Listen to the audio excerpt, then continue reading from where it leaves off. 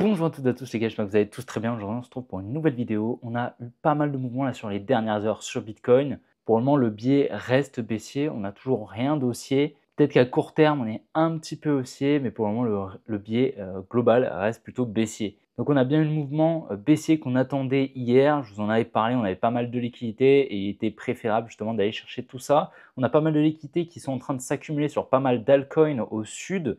Donc ce sera peut-être une zone à venir récupérer. On ira voir dans tous les cas Bitcoin, Solana, Ethereum. On ira voir par la suite le Tao, le BNB qui accumule pas mal de liquidités notamment. Donc dans tous les cas, j'espère vraiment que la vidéo vous plaira. Si c'est le cas, n'hésitez vraiment pas à la liker, à vous abonner si ce n'est pas déjà fait. N'oubliez pas de me rejoindre sur mes autres réseaux sociaux directement en description, notamment le canal, le groupe Telegram si ce n'est pas déjà fait. Et puis les gars, je vous souhaite un bon visionnage. Allons, on est parti.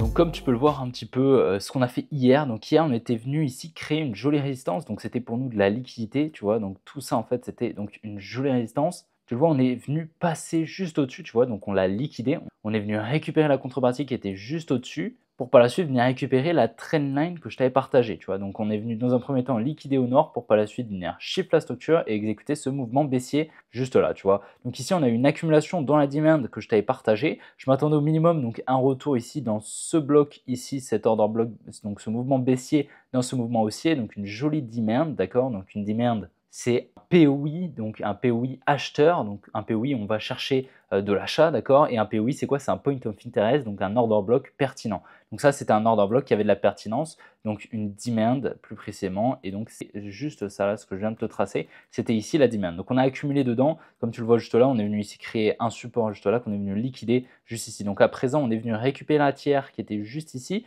Donc on peut complètement ici faire une ABC, venir récupérer un petit peu plus haut là, ces liquidités. Tu sais, je ne trade pas trop hein, les vagues d'Elliott, mais c'est quand même pertinent. D'accord, là on voit bien, on est en train potentiellement de faire une ABC. Donc on pourrait venir récupérer ici ce high, on pourrait venir ici dans la supply initiale du mouvement, c'est pas impossible, d'accord, pour par la suite exécuter le biais qui reste baissier. Ok, donc pour le moment on est toujours baissier, on a toujours liquidité au sud. Et puis c'est le biais global hein, qui reste baissier, on aura un protected high juste là.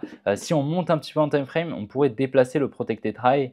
Donc si on va par exemple ici, tu vois, on est en 3 jours, donc une bougie est égale à 3 jours, on va tracer pour moi la supply la plus pertinente, c'est celle-ci, tu vois. Ici, donc elle commence juste là aux 65 700 $, d'accord. Pourquoi c'est la plus pertinente pour moi? Parce que ici, tu vois, entre cette mèche et celle-ci, on a un peu d'imbalance. Donc je vais te la tracer juste là, l'imbalance. Voilà, on a un petit peu d'imbalance, elle est très très subtile, d'accord, mais ça signifie tout simplement que la smart money n'est jamais revenue ici dans cette zone. Donc voilà, on voit pas grand chose, mais tu vois, elle est juste là, la fair value gap, et on a également pas mal de fair value gap juste ici entre ces deux mèches. Donc tu vois, c'est vraiment une belle supply. Selon moi, on pourrait vraiment faire quelque chose comme ça, tac, pour par la suite continuer le biais qui est toujours baissier. Hein. Tu le sais, le biais est toujours baissier. On aurait en 3 jours un protected high juste ici, ok? Donc pour le moment, restons prudents, d'accord? C'est pas forcément le bon moment pour acheter avec du levier, d'accord, du Bitcoin. Maintenant, à voir si on fait par exemple quelque chose comme ça, donc qu'on retrace un petit peu, qu'on vienne récupérer ici tous ces lows, qu'on fasse quelque chose comme ça, même qu'on vienne shift, juste récupérer l'équité ici pour par la suite venir shift la structure et ensuite on pourrait potentiellement repartir. Voilà, tant qu'on n'a pas en fait récupéré tous ces lows et qu'on n'a pas shift la structure, une structure H4 de préférence, pour moi ça perdra pas mal de probabilité et selon moi le bottom ne serait pas posé. Donc pour le moment on va voir un petit peu hein, ce qui va se passer dans les prochaines semaines, mais actuellement le biais reste baissier sur Bitcoin. On a pas mal de volatilité hein, sur les précédentes heures, tu le vois, donc on a fait un gros pump, un gros dump, un gros pump. Donc à voir, peut-être que la prochaine target, comme je l'ai dit, ce serait la supply initiale juste ici à surveiller du coup. Sur Solana, c'est plutôt intéressant. Donc on est bienvenu ici récupérer la demand. Donc ici, hein, cet order block haussier que je t'avais partagé. Ici, hein, qui était au niveau des 146 $. Tu pourras aller voir la vidéo d'hier. Si tu veux, on avait encore toutes ces liquidités ici au sud, comme on avait ici donc sur le Bitcoin.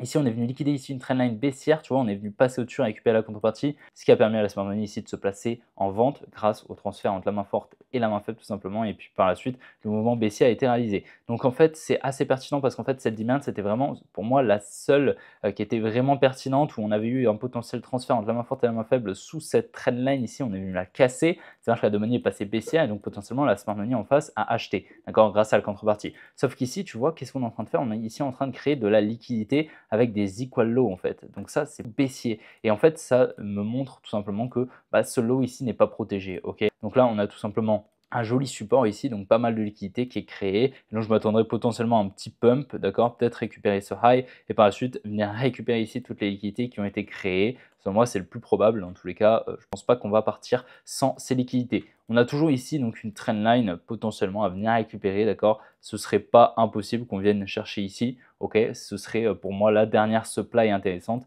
avant le protected high et passer haussier en daily pour le coup, d'accord. Donc si on vient casser ce high, ce sera extrêmement bullish. Mais pour le moment, je suis plutôt baissier. En plus de ça, avec les liquidités qu'on est en train de créer, ça perd pas mal de confiance haussière. Sur Ethereum, on est ici en train de conforter une grosse résistance. Donc ça, pour le coup, c'est pas mal de liquidités, à contrario par rapport à Solana, hein, comme tu l'as vu juste avant. Ici, on est en train de créer une résistance, donc pas mal de liquidités. On pourrait potentiellement venir la liquider, d'accord. Ce serait vraiment intéressant. Et on pourrait même peut-être venir chercher ici la supply des 2900 $. C'est vraiment pas impossible, ok. Ce serait une jolie zone ici pour peut-être chercher une confirmation pour shorter, vu toutes les liquidités qu'on a au sud. Et ici, on est en train, je pense, de redistribuer, d'accord, hein. J'ai vraiment pas l'impression de voir un setup de bottom. Je verrais plus une redistribution pour aller effectuer des plus bas. Maintenant, à voir, hein, en fonction de ce qui peut se passer, on pourrait peut-être avoir un petit retracement, venir récupérer quelques lows et ensuite repartir, avoir une jolie confirmation ici avec une accumulation et un joli changement de structure.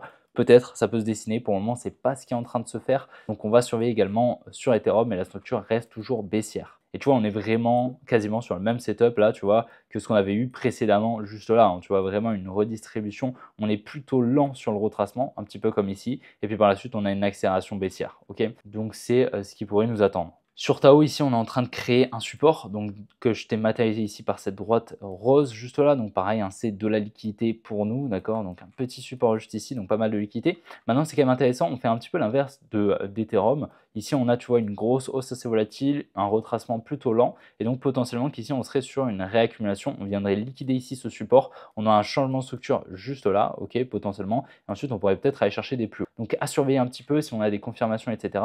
Maintenant, on a une jolie distribution ici. On vient ici récupérer quand même les highs, tous les highs, toutes les liquidités. Donc, c'est vrai qu'on a très, très peu de confluence haussière, hormis ici ces 3 highs. Ok.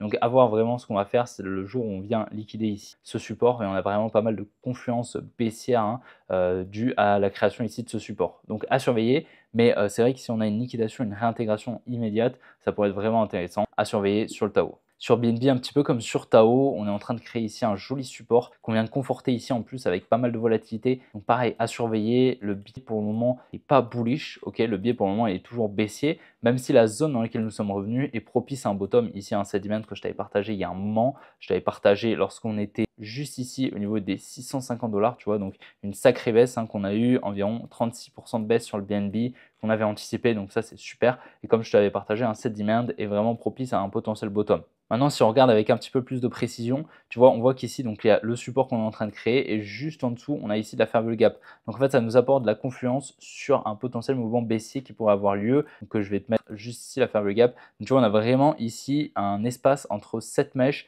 et celle-ci. Donc ça veut dire que ici, la smart money a encore des ordres négatifs à venir mitigated. Ça veut dire qu'un mouvement baissier est à attendre, à venir liquider ici le support, combler la fair value gap et mitigated cette demand, cet order block haussier. Ok.